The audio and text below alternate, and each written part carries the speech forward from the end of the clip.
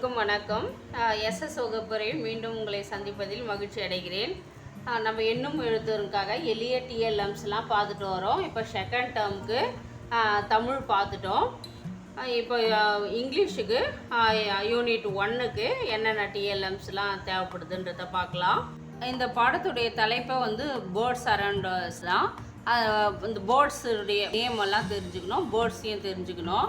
அதுக்காக நான் சின்ன சின்ன பிக்சர்ஸை ஸ்டிக்கர்ஸ்லேயே விற்கிது, அதை கட் பண்ணிவிட்டு அதனுடைய நேமை எழுதி வச்சுருக்கிறேன். இதை நம்ம சவுத்தில் ஒரு அட்டையில் சார்ட் ஒட்டி இதை பேஸ்ட் பண்ணிவிட்டு சவுத்தில் மாட்டி விட்டுடலாம். ஒரு ஆணியில் கூட நம்ம கேலண்டர் மாதிரி மாட்டி விட்டால் மாணவர்கள் பார்க்க பார்க்க இந்த பேர்ட்ஸுடைய நேமு, அதனுடைய கலர்ஸு, சென்டென்ஸ் ஃபார்ம் பண்ண சொல்லலாம். அது மாதிரி எல்லா ஆக்டிவிட்டிக்கும் இது ரொம்ப யூஸ்ஃபுல்லாக இருக்கும். அதனால் இது மாதிரி பெரிய பெரிய லெட்டர்ஸில் எழுதி நீங்களும் இது மாதிரி பேஸ்ட் பண்ணிக்கினாக்கா ரொம்ப யூஸ்ஃபுல்லாக இருக்கும். இப்போ நிறைய இந்த லெசனுக்கே பேர்ட்ஸ் தான் நிறைய தேவைப்படுது, சாங்ஸுக்கு, ஸ்டோரிக்கு. இப்போது அந்த பேர்ட்ஸ் எல்லாம் என்னென்னலாம் தேவைப்படுதுன்னு பார்க்கலாம். Warm up activity, song time. இப்போ அந்த சாங்ஸுக்கு என்னென்ன பேர்ட்ஸ் தேவைப்படுதுன்னா ரூஸ்டர், க்ரோ, ஸ்பேரோ, மைனா. இந்த படத்தெல்லாம் மாணவர்கள் பார்வையில் படுற மாதிரி பேஸ்ட் பண்ணிடணும். ரூஸ்டர், அடுத்தது ஸ்பேரோ, மைனா, க்ரோ. இதெல்லாம் சாதா ஒரு நோட்டு புத்தக அட்டை, சார்ட்டு, அது மாதிரி நோட் அட்டையில் தான் வரைஞ்சி கலர் அடித்து வச்சுருக்கிறேன்.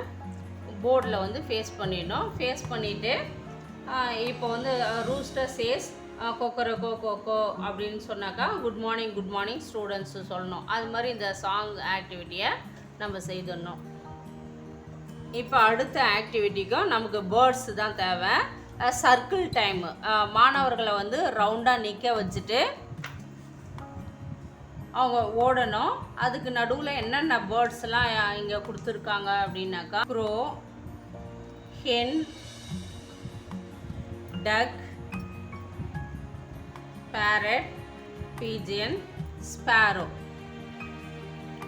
இதை நம்ம ஒரு பாக்ஸில் ரவுண்டாக இந்த பேர்ட்ஸ் எல்லாம் போட்டுடணும். போட்டுட்டு மாணவர்களை ரவுண்டாக சுற்றி வர சொல்லிவிட்டு ஒரு மியூசிக்கை போட்டுட்டு ஆஃப் பண்ண சொன்னோம். ஆஃப் பண்ணிட்ட உடனே மியூசிக்கை அவங்க இந்த பிக்சர் கார்டை எடுக்கணும். அவங்க எடுத்துட்டு அவங்கள சொல்லணும். மொட்டு நிலை மாணவர்களும் மலர் நிலை மாணவர்களுக்கும் இந்த ஆக்டிவிட்டியை பண்ணலாம். அவங்க I can see a dash அப்படின்னாக்கா I can see a parrot. அவங்க என்ன பிக்சர் எடுக்கிறாங்களோ அந்த பிக்சர், அந்த பேர்டுடைய நேமை சொல்லணும்.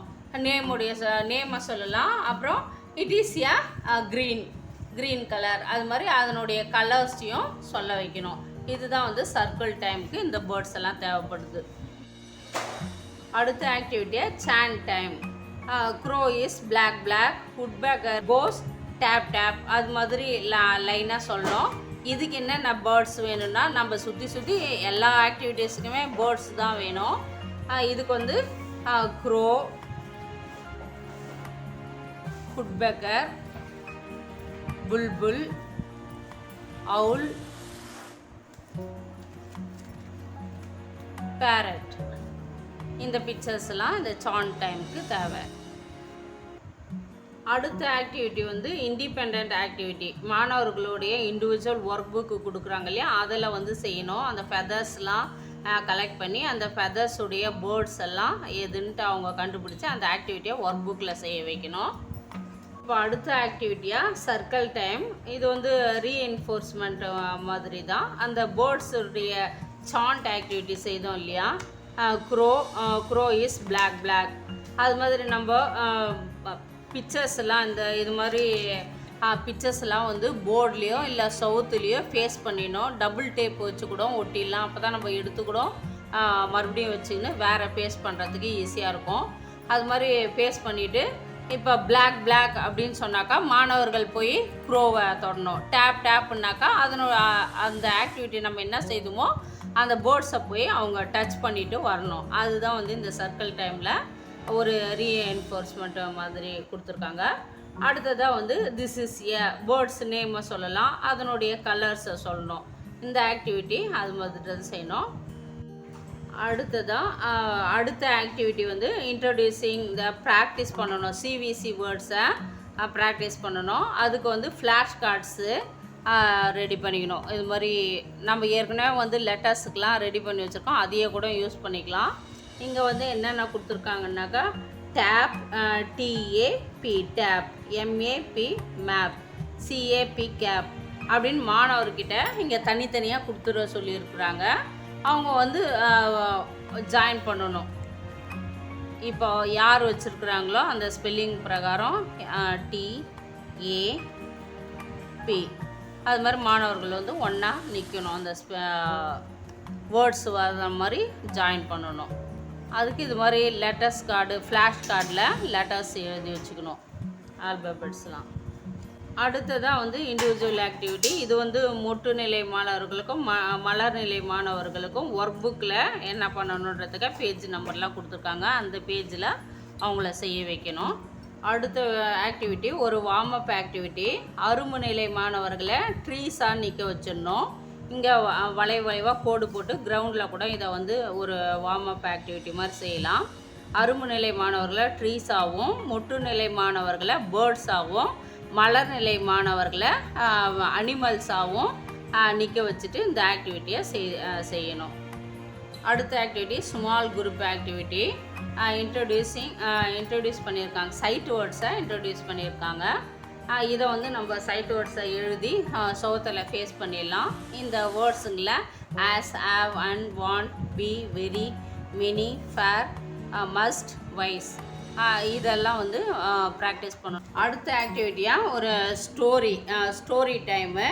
அந்த ஸ்டோரியில் வந்து இந்த க்ரோ, மைனா, பீகாக், ஈகிள், அவுல் இந்த பிக்சர்ஸ் தான் தேவைப்படுது. இந்த ஸ்டோரி வந்து நம்ம இங்கிலீஷ்லேயும் தமிழ்லேயும் விளக்கி சொல்லலாம். ஆனால் அந்த ரெட் கலரில் இருக்கிற வேர்ட்ஸ் எல்லாம் இங்கிலீஷில் மட்டும்தான் சொல்லணும், தமிழில் சொல்லக்கூடாது. ஸ்டோரியாக நம்ம சொல்லிவிட்டு மாணவர்களை வந்து இதை ஒவ்வொரு பிக்சரையும் அவங்க க்ரோவாகவும், ஒரு மாணவனை ஈகிளாகவும், ஒரு மாணவனை வந்து பிகாக்காகவும் நிற்க வச்சு நாடகம் மாதிரி நடிக்க சொல்லலாம். இந்த கதையை ஒரு இன்ட்ரெஸ்டாக அவங்க செய்வாங்க. சிம்பிள் சென்டென்ஸ் அவங்களுக்கு ப்ராக்டிஸ் பண்ணி நடிக்க வைக்கலாம். அடுத்த activity warm up activity clock walk. மாணவர்களை வந்து ரவுண்டாக வந்து சுற்ற வைக்கணும். இப்போ பேர்ட்ஸ் நேம் சொன்னாக்கா கிளாக் வைஸில் போக சொல்லணும். பேர்ட்ஸை விட்டுட்டு வேறு பேர்ட்ஸு சொன்னாக்கா ஆன்டி கிளாக் வைஸில் சுற்ற வைக்கணும். அது மாதிரி ஒரு வார்ம் அப் ஆக்டிவிட்டி கொடுத்துருக்காங்க. அடுத்ததாக mix and fix CVC words. இது எப்படி பண்ணணுன்னா இதுக்கு வந்து ஃப்ளாஷ் கார்ட்ஸு இங்கே ஏ, டி, சி, பி, ஜி இந்த லெட்டர்ஸ் கொடுத்துருக்காங்க. இப்போ இந்த லெட்டர்ஸை மாணவர்கிட்ட கொடுத்துட்டு இதை வந்து மிக்ஸ் அண்ட் ஃபிக்ஸ் இது மிக்ஸ் பண்ணி அவங்க நிற்கணும்.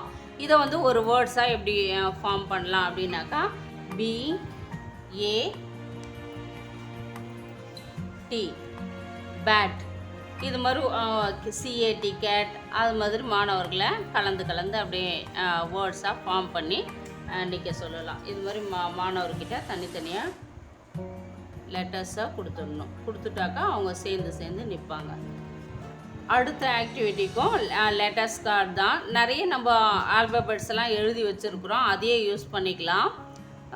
அடுத்ததாக ரெண்டு எழுத்து சேர்த்து ஏடி, ஏஜி, ஏஎம், ஏஎன், ஏபி இது மாதிரி 2 லெட்டர் சேர்த்து ஒவ்வொரு குரூப்பு. இது ஏடின்றது ஒரு குரூப்பு, ஏஎன் ஒரு குரூப்பு, ஏபி அது மாதிரி ஒவ்வொரு குழுவாக பிரிச்சுட்டு இங்கே தனி லெட்டர்ஸும் மாணவர்கிட்ட கொடுத்துடணும். மேலே கொடுத்துருக்காங்க அவங்களே, அந்த லெட்டர்ஸ் மட்டும் கொடுத்துட்டு இப்போ ஏடியாக கூட என்ன லெட்ரு முன்னாடி சேர்க்கலாம், சிஏடி அப்படின்னு வந்து அவங்க ஜாயின் பண்ணணும். இது மாதிரி இந்த லெட்டர்ஸு அந்த குரூப் கிட்ட கொடுத்துட்டு ஒவ்வொன்றுத்துக்கும் அது மாதிரி சேர்ந்து நிற்க வச்சு இந்த வேர்ட்ஸையும் அவங்க மனப்பாடம் பண்ண மாதிரி ஆகிடும், லெட்டர்ஸும் அவங்க தெரிஞ்சுக்குவாங்க.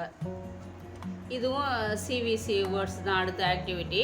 இதில் வந்து பொனிட்டிக் சங்க்ஸ் கொடுத்துருக்காங்க. வேர்ட்ஸு கொடுத்துட்டு பிக்சரை கொடுத்துருக்குறாங்க. அதை வந்து மேட்ச் பண்ணணும் பசங்க. இது மாதிரி கொடுத்துருக்காங்க. Big cat, cap on the tap, man on the mat, அது மாதிரி கொடுத்துருக்காங்க. இங்கே வந்து வேர்ட்ஸ் எல்லாம் கொடுத்துருக்காங்க. இதை நம்ம வந்து போர்டில் வரைஞ்சிட்டு எழுதி போட்டு அவங்க மேட்ச் பண்ண சொல்லலாம். எ ஃபேட் கேட், இந்த இந்த பாக்ஸில் என்ன இருக்குது அதை வந்து பொருத்த சொல்லலாம். இது நம்ம புக்ஸ்லேயே வந்து இது மாதிரி பொருத்துறதுக்கு நிறைய ஏற்கனவே கொடுத்துருந்தாங்க. அது மாதிரி ஒரு ஆக்டிவிட்டி தான், இன்ட்ரெஸ்டாக செய்வாங்க. போர்டில் வரையலாம். அப்படி இல்லைனாக்கா நீங்கள் பிக்சர்ஸை வச்சுன்னு லெட்டர்ஸ் சென்டென்ஸை மட்டும் நீங்கள் எழுதி போட்டுட்டு அது கூட போய் மேட்ச் பண்ண சொல்லலாம்.